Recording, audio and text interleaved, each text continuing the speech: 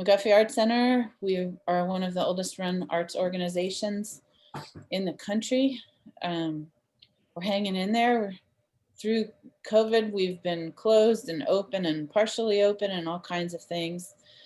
We've got 49 renting artists at the moment and 100 associate members who are, some of whom are represented here today. We have 7 gallery spaces, classroom, and many performance artists who are currently on hold as well. We have exhibitions rotating through with mostly with the associate and renting members, and eventually we'll get back to the performing in person.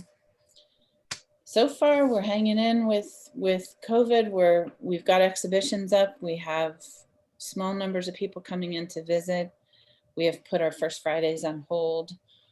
And in many ways, this is partly why we started doing these artist talks, so that we can sort of highlight the artists that are new and give everybody a little bit of an audience, which has been a good exercise for all of us to learn how to speak in front of a camera and all that stuff. So with that, I am going to jump in with the first person, and that would be Abigail Wilson. And what I'd like to do is give her the floor, give her a chance to chat about what she's working on and what she's doing and artist statement-y sort of things. And then we might throw a few questions at her.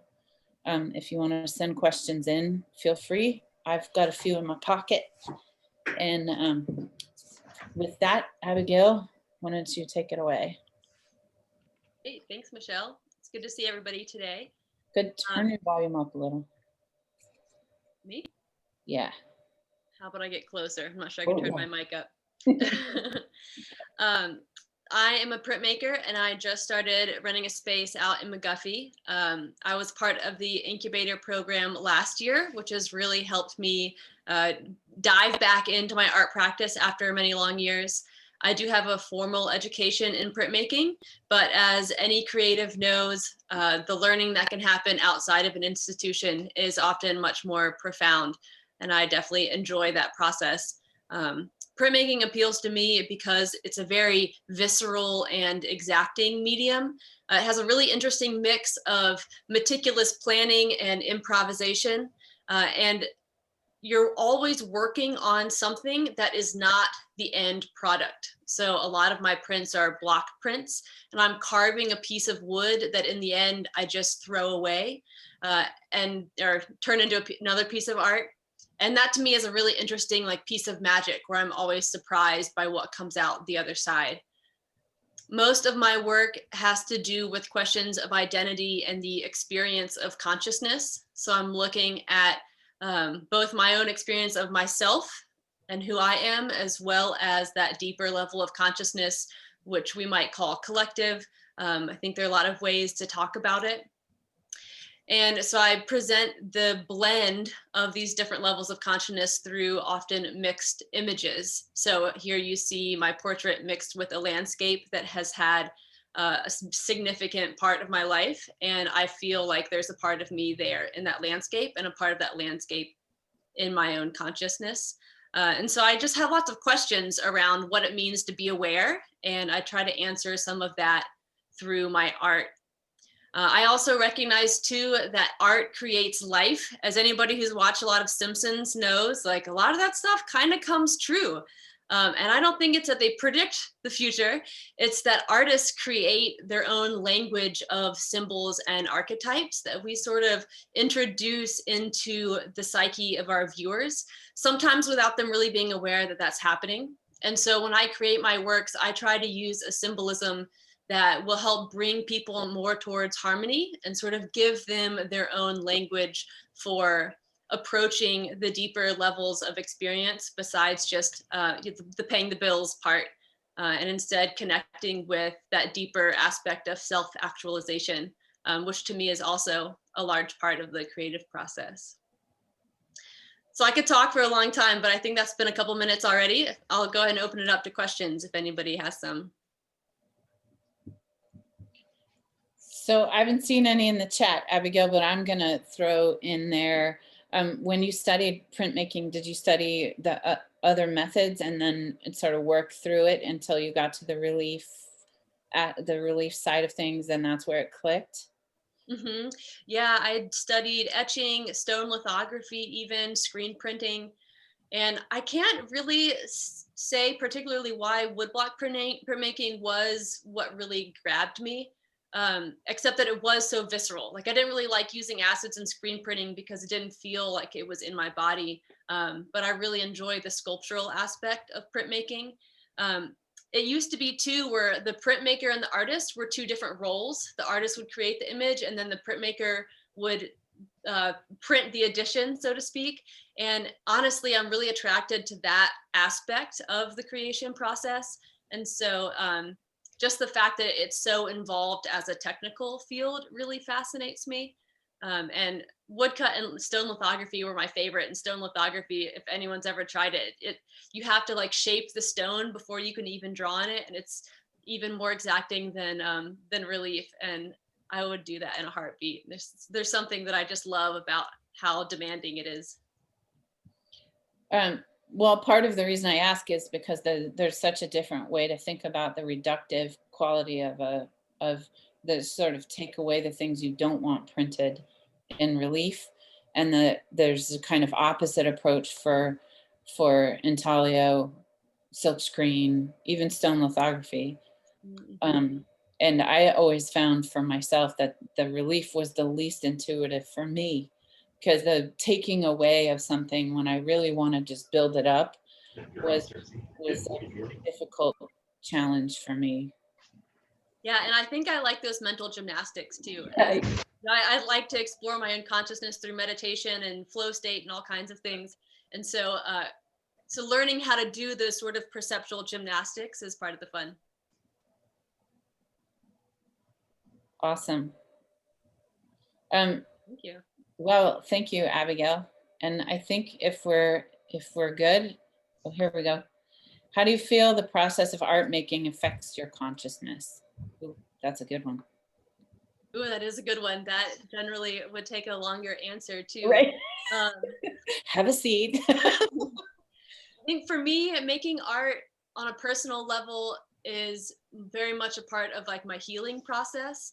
So it helps me understand the way that different parts of my psyche are interacting together. And a lot of times I'll work on a piece of art where the image just really captured me, or there's some color that I just really want to get this out there. And I don't really understand why, but through the process of figuring out like, why does this image matter to me? Like why do I want this feeling to come through? It helps me to understand parts of myself. And then I can also see that element in other people too, which is why the idea of the collective consciousness being at the root of our experience is really fascinating to me. But I think that's the big part, is that it's involved in healing. I'd like to use it to more actively explore, like in the way that Buddhist monks use meditation to actively explore the mind. But I think that might require some technique changes and just a whole different way of approaching my process. Even just the fact that you're scaling I know this only because you're next door to me, but the scaling up and sort of in creating pieces that are larger scale and then bring a person into this in a more sort of physical way is something that is intriguing as well. That does seem to work all of that into it. Very cool. Thank you. Thank you. All right, Lisa, you got to unmute yourself and then take it away. Hi, everybody. I am a new member of McGuffey, a new associate member. I came here a year ago to Virginia to be in the incubator program. After studying 2 years full-time at Gage Academy in Seattle, I have come to art late in life, although I've always been creating, but just basically self-taught. So COVID has put a halt on things. I'm hoping I'm not losing my skills, and I'm anxious to be renting again. And I'm happy to be renting again at McGuffey, a nice little studio space with Zoe. So my love of nature and concern for the natural environment are really what inspire me in my artwork. I want to create things that are beautiful. I don't paint perhaps emotions or experiences that I've struggled with or maybe are struggling with. I feel like I've experienced those types of things enough. And for me, I want to just celebrate the beauty. So I've done a lot of large abstractive florals like this one you see in the next slide. That one you're looking at now is 60 wide by 48. I also do prints. This is a print, which is an etching monotype. And often I incorporate other media into it. So that one also has pastel. Printmaking allows me to be silly and fun and whimsical. There is a project that's very important to me that I started during my studies at Gage Academy. That's another print. That's a monotype print, a reductive monotype print, which is a lot of fun. This is part of my endangered species series, the one I was just talking about. That's pretty important to me. When I was at Gage, we were charged with developing a semester or year-long project. And when I was out there, it was my first time out on the West Coast and for any length of time. And I was not familiar with the Seattle wildlife or the ocean life. So I was volunteering at the aquarium, and I decided that this project would be a great way to learn more about the natural environment around there and specifically focus on endangered species. So to maximize the impact of this project, I adopted all these stuffed animals from World Wildlife Fund and Nature Conservancy. So you make a donation, you get a certain kind of donation, and you get a stuffed animal. So then I took the stuffed animals and placed them in their natural environment and photographed them and rendered them in paint. So for example, this octopus is a stuffed animal about this big. I took him to a beach where I was a volunteer naturalist and had actually seen a few stranded red octopus, photographed him, and then painted him. I've done, I want to say 9 or 10 of these. And I just counted, Michelle, after our last chat, I have 7 more that I want to do. That's a salmon. And one thing that I really enjoy is, well, I'll back up a minute. So I've been asked several times, why are you creating these images if they're endangered? Do you want to explore maybe having them ripped up and tattered and discarded? But for me, it was really important to not alienate viewers, not to have anyone feel a sense of hopelessness.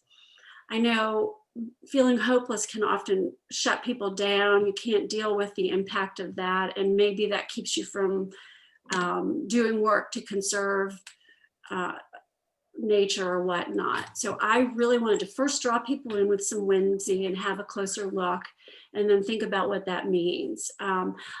Based on a critique at Second Street Gallery last year, I am going to do a very large one with a tattered stuffed animal. These are, again, all pretty large, but I have envisions of a really tall one, which I hope to do now that I've got studio space again. And I'm going to see how that goes. I'm not sure that that will sit with me emotionally, but I'm going to give it a try.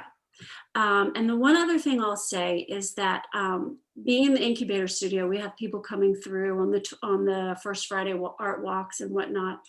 And it's been so much fun to see kids come in and talk about these paintings. You'll see that in the images, their tag is replaced with the brand name with my last name, and that's where I sign my paintings. And kids usually zero in on that, and they can tell that that's a stuffed animal. And when I ask them what it means to them, they get it. They basically say, and these are my words, but they basically say that if we don't do something about these wild animals to help them and preserve our natural environment, the stuffed animal is all we are going to have left. And that's the message I'm trying to convey. And I think that's it.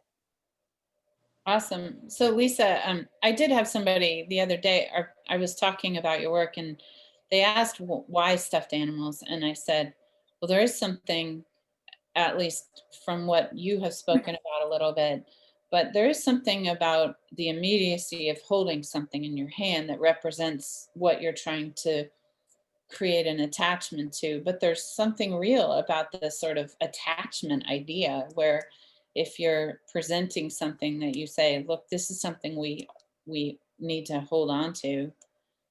The other Right. part of that too, Michelle, was that I've spent really about 2 months trying to figure out how I wanted to execute this project.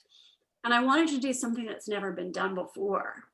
And once I came up with this idea, I really searched and searched to see if anyone had done it. So that's another reason I did the stuffed animals. Well, one of the other things I was going to ask you about is your palette, because it's very it's very saturated and rich. And having I don't think I had heard you say you lived in Seattle. Having lived in Seattle for 6 years myself, that is the perfect response to the cloudy grayness that sort of is overwhelming for a good part of the year. And there are many artists in the world that own that sort of that richness of texture. I'm not quite sure what's happening here. I do love color. And those images were in the summer. I do have a gray wolf, and he's sitting in the cloudy winter mountains, and I just don't enjoy it as much. Winters are hard in Seattle. Right. Thank you. Cool. Thank you very much. I have Deborah Davis next. Are we okay there, Robin? All right. Deborah, are you there? Make sure you're unmuting. Can you hear me? Yep, we can hear you. Okay, great. Take it away. Well, I'm here in my winter habitat, which is at my home studio. It's in the basement of my house, and I'm just south of Charlottesville, out in the woods. And I paint large-scale portraits of moths.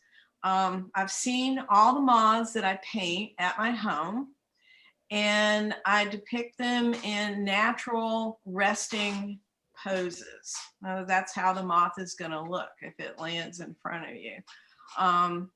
And so I observe and paint from living moths. Nothing is dead. I find I get something really different if I find a dead moth and try to paint it. So I photograph them, observe them, and I release them. So nothing is killed. They are all 30 by 40, all the paintings, fairly large, acrylic on canvas. You can see behind me, there's a painting on the easel back there, the yellow one, is actually painting number 150. Moths. So I've done a lot of them. It's been about 8 or 9 years I've been sticking to moths. And the question most people ask me, which I will attempt to address, is why moths? And the simple answer is that they're beautiful. But these creatures go largely unseen because for the most part, they're nocturnal. So they're mysterious. Very few people are familiar with them. So I want to bring them to light, and I want them to be observed intimately. And so with a large painting, they're really like in your face. So, but I'm hoping to inspire a sense of wonder and awe, which also leads to curiosity, I think. And curiosity leads to knowledge, which leads to caring. And so I'm really on a mission to encourage people to take action with conservation. Globally, studies are showing that flying insect populations are diminishing. Moths represent a large segment of this. The only thing greater would be beetles. There are more beetles in the world than moths, but moths and butterflies together are sort of second. And since we have at least probably 10 times more moths than butterflies, which people don't realize, they're big. You know, it's a big category, and they're critical players in our ecosystem. We need them far more than we realize. As a painter, I love the colors, the textures, the variety of shapes and patterns, but I really want to emphasize their importance and encourage appreciation of their basically ecosystem services that they provide us. I'm not going to go into depth on that. There's a lot of information out there. Read this book. It's like an instruction manual on what you can do in your yard to conserve these things. It's by Doug Tallamy. It's terrific. And there are thousands of species of moths found just in our region. If we look at mid-Atlantic, there are thousands of them. I have personally identified somewhere between 600 and 700 at my house. That's what I've photographed and identified. So I'm going to have material for the rest of my life if I keep doing this, and I probably will. So I'm constantly inspired. I get really excited during mothing season. I mean, really excited. I could be seen outside in the middle of the night in my PJs, jumping up and down, going, whoa, you know, that's a great moth, or, you know, and I have a long wish list of things I still want to see. So anyway, it's an ongoing thing, occupies me a lot. And I do want to leave my comments with a Mary Oliver quote, which I think really sort of sums it up. Instructions for living a life. Pay attention, be astonished, tell about it. So that's what I'm doing. Thanks. Question? Thank you, Deborah. That was awesome. I think one of the things I just wanted to pass along to you, partially because I was here today and there were some folks that came in and they were looking at these moths, and this one guy just looked at it and said, oh, it's like they're royal robes. So he was really responding to the texture of that, which I think happens so frequently if you get really close to things that we don't normally look at closely. Yeah. And it's so intriguing. There's a part of me that wants to see these even bigger. Yeah, it's hard for me to handle in my studio, my car, et cetera, et cetera. So, you know, 30 by 40 is probably pretty good for me. Maybe you should start. That's really old lady, you know. Very cool. Yeah, it's been kind of interesting, the scale idea. You could do them life size, but then they would be so teeny, and right. Having them blown up gives them this real sense of importance. Yes, and that's what I want to do.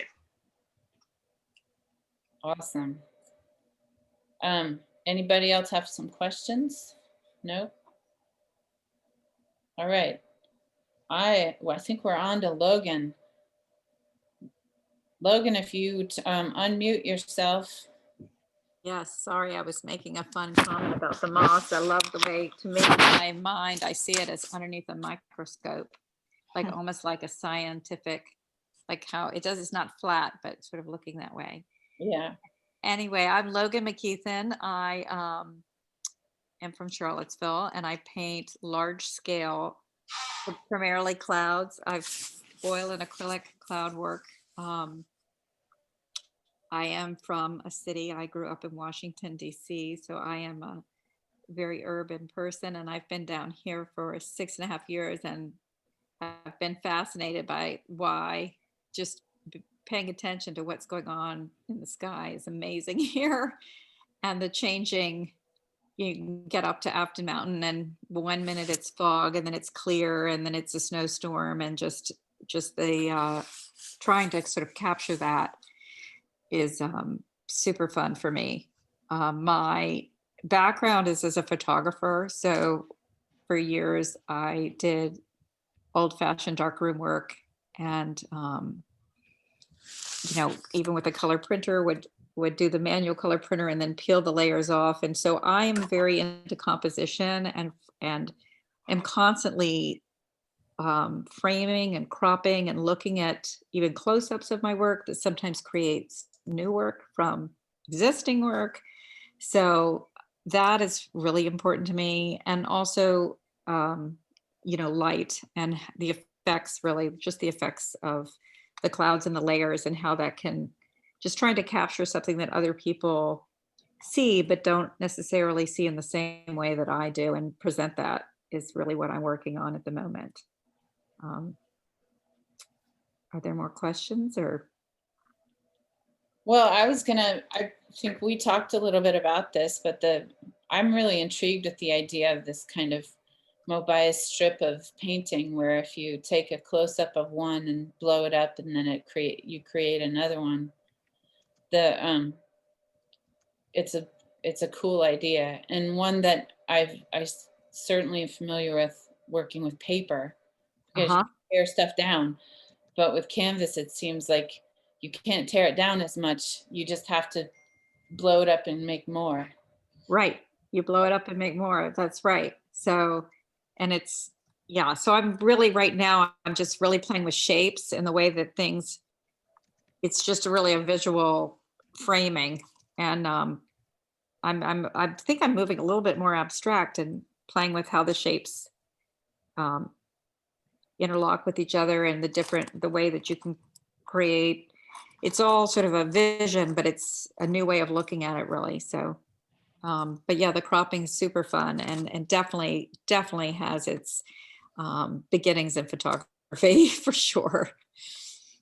Okay, and I had somebody just post a comment that says they love the way the land feels as ephemeral as the atmosphere, which Right. is because some of these look like reflections in water, which maybe brings it back up into the atmosphere again too. So this is a whole new world. I've really painted in oil for a long time, and then I did a big summer experiment with what happens with acrylic, and I tried it, and like so many things, I was like, well, this is terrible. I can't really work with acrylic. And then after about a month, I put it away, and then I decided, wait a minute, let me go back. I'm going to go back. 4 months later, I went back and said, this is going to be it. I'm going to just do acrylic for 7 weeks and see what happens. And that is when all of a sudden my clouds started really looking, to your point, because it's a water-based medium, I was able suddenly to push them and treat them more like a watercolor. And the next thing I knew, I was creating an effect that I really loved. And I had a gallerist say, well, what did you do? And I said, I switched mediums. I've just, so I think that, and I'm playing a little bit with oil over the acrylic, but I'm able to make an effect that has that sort of looseness to it. With that water-based paint. So it's with the acrylic. So it's very fun, and I'm grateful that they have, the acrylic has come so far, because you have a lot to work with, which is great.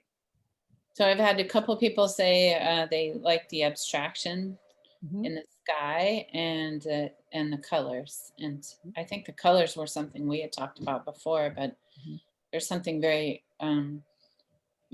very interesting about the light in there, which seems to resonate a little with the background in photography, because it really does look like that's part of what you're just thinking about, is light bouncing around in the clouds. Very cool. All right. So if Michael is, no, I can't see if Michael's on. I'm here. Hi. Hello. Yeah, he just sent me a message saying there was a screaming baby, so maybe we might have to make faces or something. But otherwise, he's unscreaming at the moment, so. Michael, if you want to take the floor, and then I'll see what we can do in terms of questions. Great. So I'm Mike Snyder, and this is my 6-month-old daughter. This is Ailey Rose, and I'm a photographer and a filmmaker. And my background before doing this full time was working in environmental science. I was a researcher, I worked on policy, and then a bit more than a decade ago, I made a full-time transition to doing photo and film work. And a lot of it revolves around environmental issues, also some social justice issues as well. And all of my work broadly looks at finding ways to deepen our connection with each other and with this planet. And I sort of split that into fine art work. I have a lot of fine art projects, and then the other half is photojournalism. And my big project right now, the one that you're seeing, is called Eroding Edges. And it's looking at stories of coastal communities all across the US, and I also work around the world, that are being impacted right now by sea level rise. So these guys are absolutely at the front lines of climate change. And you know, it's a sad story for sure, but the project really tries to focus on hope and leadership and what's being done. You know, a lot of times not a lot can be done, to be perfectly honest. I've been working on this project for 6 years. It started out as a Nat Geo project, and it's got a whole bunch of partners now. You know, and I think back then there was more hope that maybe, you know, maybe more can be done. But I think now the big question is, how do they migrate meaningfully inland? How do you retain your culture? And in the case, say this photo here, this is an Indigenous community in Vancouver, and they've been in their community for, you know, arguably 10,000 years. So when you've been in a location for 10,000 years and that place holds, you know, it's the space that holds who you are, how do you still be who you are when that space is quite literally not there anymore? And so that's the big question that this project dives into. So it's about identity, changing identities, it's about hope, it's about leadership. Yeah, and you know, this year fieldwork has been entirely off, of course, but hopefully in 2021, 2022, I'll be getting back out there. And my field sites are in Alaska, the Pacific Northwest, Louisiana, where this was shot, the Chesapeake Bay in Maryland, which will be one of the most impacted places in the whole of the country. Miami is another one, and I feel like I'm leaving one out.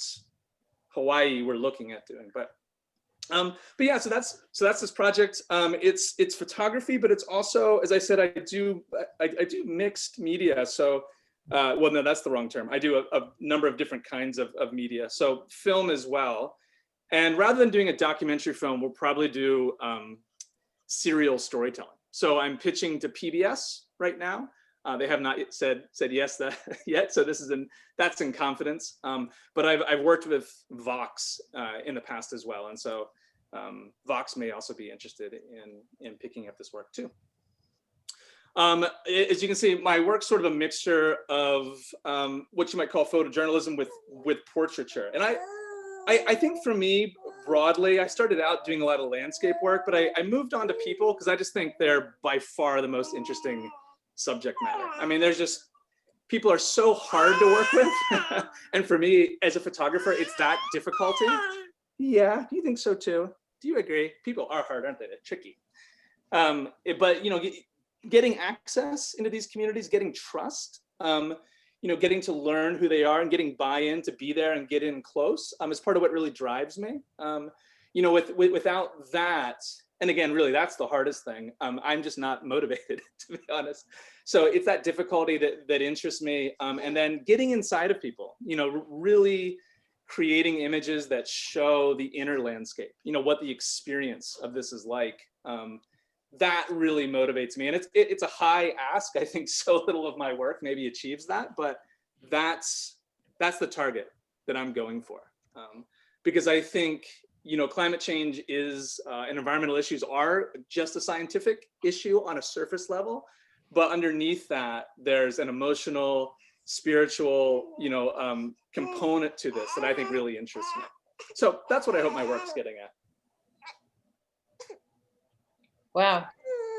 So Michael, this has been one of those things where we've seen some of your work. We saw the documentary some, but we really haven't seen all these images until recently. And it makes me think we need to find a place to project some of this up somewhere. Yeah. I mean, I've got this year, actually, I had I'm a fellow right now at the Bertha Foundation, and they're a big funder of documentary films. They run BritDoc in London. And a big part of that budget was supposed to be for printing these up. I'm a big believer of getting the images that you're working on. I'm gonna guess I've got about 30 more seconds back into the communities that you're working in. But I'll have to be shifting that budget because unfortunately I wasn't able to get out in the field this year. So. This is my other son, Jacob. There's a lot of positive feedback happening here, Mike, but we know your hands are full in many, many ways at the moment. All right, I'm gonna hit mute so you don't have to listen to the baby. I can't hear you anyway because of her. So Oh, he's still. I welcome any questions at all, though. If you want to put them in the chat, I'll be able to respond. Okay. Well, thank you very much, Michael. Let me see, Robin, do we have a whole lot of more pictures or is that it? Okay. I think what we may do, I don't see pictures. I don't see questions except some positive feedback, which is really awesome, Mike. So let's move ourselves on to Sri. And you are here and you don't forget to unmute and take it away. Hello. Ah. Hi, everyone. I'm Sri Kodakala. I'm a self-taught mixed media artist. In the past couple years, I've been primarily exploring the intersection of fiber art and poetry. My past work that some of you might have seen here at McGuffey Art Center before has been in that realm. And a lot of my work contains like the intermingling of vibrant color, texture, sometimes unconventional, like jarring patterns. And it often is about exploring awareness, observation, self-reflection, about the ideas of ownership of who we are and how we see the world. But some of the things that I'm including in this little presentation and what I've shown in the new members exhibition has actually not described that. And it isn't mixed media art. This past year, I've been exploring printmaking for the first time. And it's brought back some of my original creative roots. I came to fiber art very, very recently. And in the past couple years, and I'd originally been primarily doing illustration style work with pen, pencil, charcoal, and I mostly worked in black and white. But a little over a year ago on a whim, I wanted to learn how to do printmaking, and some of it had to do with my past studio mate, Jennifer Billingsley, who I think is actually in this crowd. And she was taking a printmaking course through PVCC and had access to a printing press in our studio space. And I was like, I want to try this new form. I have time to kill. And I just decided to go for it. And I absolutely fell in love with it. It felt very, very different than just creating an illustration, because I got to engage with a part of me that just loved working with my hands, and the idea of honing a craft or building up a skill and understanding relationships between negative and positive space, and also creating depth of pattern and texture. The work that's pictured here, especially the Polaroid looking ones, those last, I think the past 3 of them, they're a part of a series of self-portraits, and one of them is a portrait of an important person within my life. They're relief block prints, and they're pretty small. They're 4 by 6 inches. And the concepts for these little prints kind of evolved from lines from poems that I've written. And each one of these pieces has pretty obscenely long titles as a result. They still I still continue to play from the idea that has branched off from my fiber artwork, which is reflecting on the self, exploring our emotional landscapes, searching for ways to talk about ourselves and how do we talk to ourselves.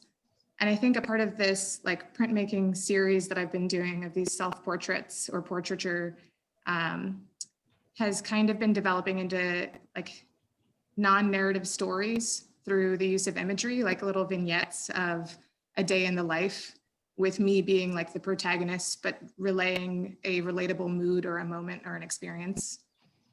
And part of my hope for this series, because I'm still kind of playing around with this style, is to make a huge like Polaroid wall of these for a future exhibition someday. We'll see if it works out. Right now I've only got 5, so here's hoping. But part of the versatility of being what I consider a mixed media artist is being able to explore different mediums and just add to my grab bag of artistic or creative tools. I think part of me just really loves playing back and forth between 2 different styles of working. The one being the bright, vibrant, textured, and like using sewing or embroidery. And then the other being monochrome, stark pattern, doing these illustrative block prints. It kind of like keeps me on my toes, but it also like helps to be working in different styles of like different mediums so that I don't get bored. But there is part of me that also thinks about the overlap between the 2 styles because they're both very meditative or transcendent, sometimes monotonous, but they still like explore relationships between objects or placements of shapes. And it's still something where I'm actively working with my hands, and where I start is not where it ends up. So that part of printmaking I've started to love. And over the past couple months, I've moved into a new studio space at McGuffey Art Center, and I share space with the lovely printmaker, Abigail Wilson, who was the first artist featured this afternoon. So if you ever want to come by, you can safely visit McGuffey Art Center and come see our space. We also share with Michelle Geiger, who's our moderator today. But over the past couple months, I've been kind of like working in the studio space, working on doing prints, but also doing these fiber works. And I have 2 in-person shows coming up, one doing what like respectively in each of these styles of work, which is really cool to be able to like jump back and forth and be like variable or versatile in my style of making. So my first question, Sri, is if you will read us your obscenely long titles for the pieces that you mentioned. Oh my gosh. I'm like, do I know them off the top of my head? Let's see. I can't see them, so maybe you can. Let's see. Let's see. That. Oh, maybe I can see that one. I think that first one is just Egrets and Midnight Hour. So that one is actually much larger than the other ones that are on the brown paper. These guys, this one is Fig Trees Obscuring Passages. Oh my gosh, I don't even remember the whole title. I'm gonna have to look it up. So sorry. The main reason I was going there is because I know that language and text is an integral part of what you're working on, but we don't see it as much as the rest of the image, and that there's a real storytelling vibe from this, but there is also in the colorful pieces, and I would be interested. I realize that this is my own history as a book binder and book creator in general, but I would be interested to see what it looked like if you put them together in a story, because I am intrigued, and I know there's a lot in there in terms of storytelling, or maybe performing, or but I do know that that's one of the things that for you has been a big part of the work. It's difficult to absorb sometimes when we're looking at an image like this here. Yeah, absolutely. I kind of, it's really weird because I feel like, and I've done like a couple of talks before where I've talked about how my process for art making has always, like I've always considered myself a writer first, then an artist, because I grew up journaling always. And sometimes the ideas that I always, or like that I wanted to create started with just like jotting down notes of a feeling, a place, a memory, like something I was experiencing in the moment. And it would be phrases, but part of me was always like drawn to the idea of creating imagery from those written works. And I feel like I haven't found the perfect way yet to integrate the words into my pieces, but a lot of the time they find their way into the titles of the pieces because part of me also wants someone to hear them in a way. And then like with this series of prints, like most of me is also kind of spending time being like, how much really does need to be said? And how much of a story can you tell through just an image? And so part of that has been like doing these intricate details or patterns and kind of being like, does this say enough? And can I leave it at that so that the person can envision what happened before or after? Very cool. There's a comment up here, Sri, that says the Darren McCone Gallery in Harrisonburg has a virtual show right now with artwork and poetry. Ooh, very cool. I will And take a look at that. yeah, and the titles, I think the titles are on the website if we have things up there. I found the titles, so I can say them out loud if we want to go through them. Oops. Oop. But there we go. Stop that there. one, oh, great. Okay. So that one is called Big Trees, Obscuring Passages Leading to Places Yet to Be Known. And I remember seeing it printed on the label because the pieces hung at McGuffey, and I was like, oh my God, it's so tiny, because it was just a very, very, very long phrase. The second one is called It Does Well to Lie Here Sometimes. You fed these monsters? No, I'm on Zoom. This next one is called She Will Always Be a Bleeding Heart. And that last one is called You Are But a Small Seed Still Growing. Nice. Looks like Daniela said, do you ever make them sequential so the images evolve to become a story? So I sometimes do. Lately with these block prints have kind of just been like this series of work started at the start of COVID and being at home and taking what little I could from my studio into my home space so I could work like literally at my dining room table. And part of that has also been like not really, more just play rather than evolving a series of work. And I think it would be really cool to be able to tell a narrative story through sequence. And I really want to explore that more as I start to build a collection of these works. But part of me also wonders, like, could I get away with not doing that? And then the curation aspect of putting these together to tell a story is what happens after. So why not just keep making and then the story evolves as you make?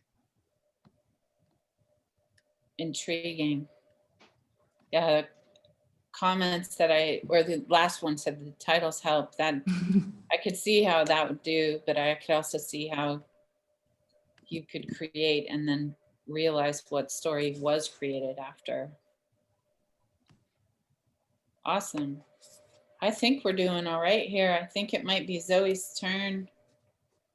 Zoe, if you unmute yourself and take it away. Okay. Hey, everyone.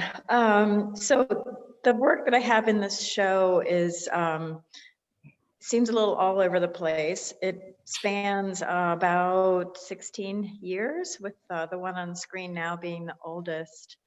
This one was done before I went to architecture school. There's sort of before and after. I'm a landscape architect, and before that I studied art. And the thing that ties all of this together is an interest in the human relationship with the physical environment. So way back, 2 decades ago and 1.5 decades ago, I was looking at natural forms and how, like, the kind of synchronicity between forms like branching, like how tree branches and blood vessels and rivers all branch in the same angles. And I was actually trying to figure out why that was. And it started to be all about energy. That actually is what ended up getting me interested in going to architecture school. And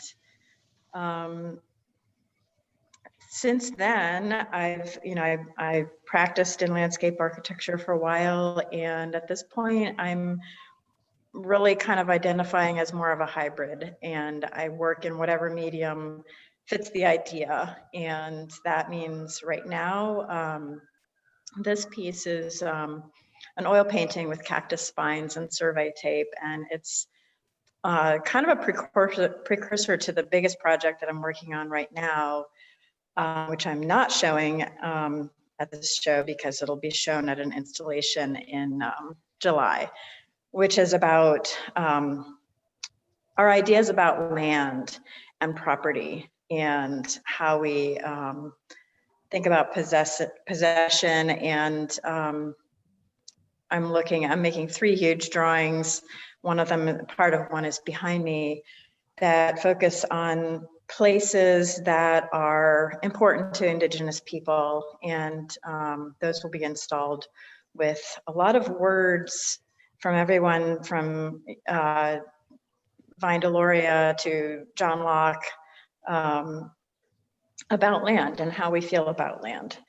So in the meantime, I'm also doing oil paintings and sketches out in the landscape. And this one on the screen now is part of a series of cones. There will be 100 of them, I hope, eventually, after Georgia O'Keeffe's 100 Flowers. I'm sort of going out and giving these traffic cones the same kind of attention, and it really, they act as beacons that bring me into the landscape in like little abandoned places or COVID testing sites or construction sites.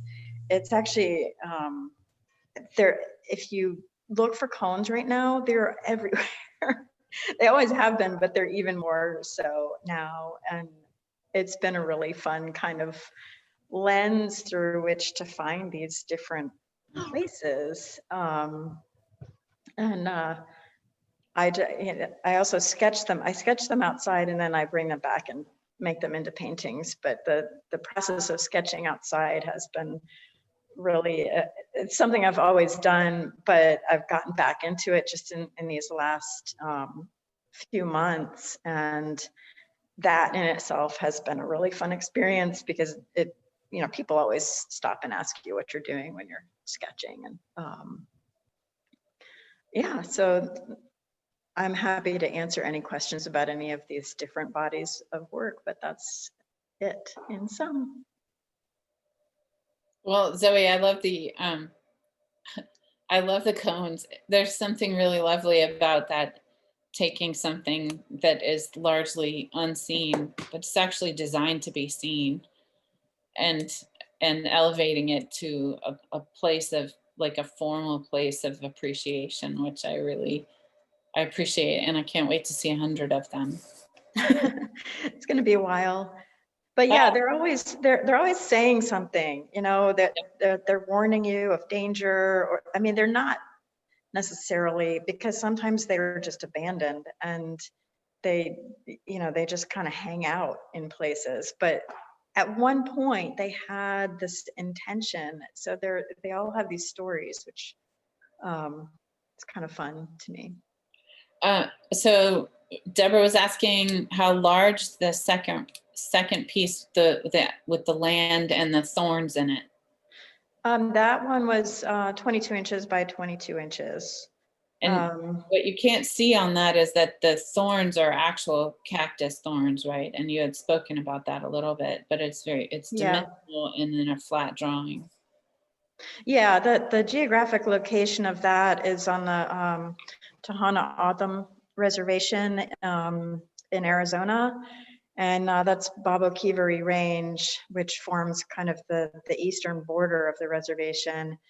The slash is the border between Arizona and Mexico, which goes right through Tohono O'odham lands. That it completely, that border splits their community into, it was problematic when they created the border in 1854, and it's only gotten more problematic since then. And the barrel cactus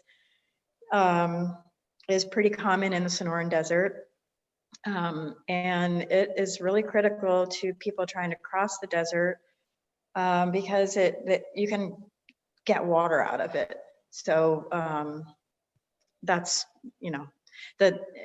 I've got the cactus spines kind of stitching together this border, and the survey tape kind of glowing back there, the sort of artificiality and cruelty of this border is just really incredible. Wow. So Deborah was saying she loves the visual and the concept of that one, which is nice to have both supported. Yeah. And it's Thank you. Mary Carr, or I don't said it reminds her of Diebenkorn. Oh, well, that's quite a compliment. Excellent. Well, thank you so much, Zoe. This was all great, and for everybody here. The last slide I think we have on this is what's coming up next. And what's coming up next is a artist talk with Misha Goldberg, who's the one who did the mural, our new mural on the side of the building, which is very exciting. That will be next Saturday at 4 p.m.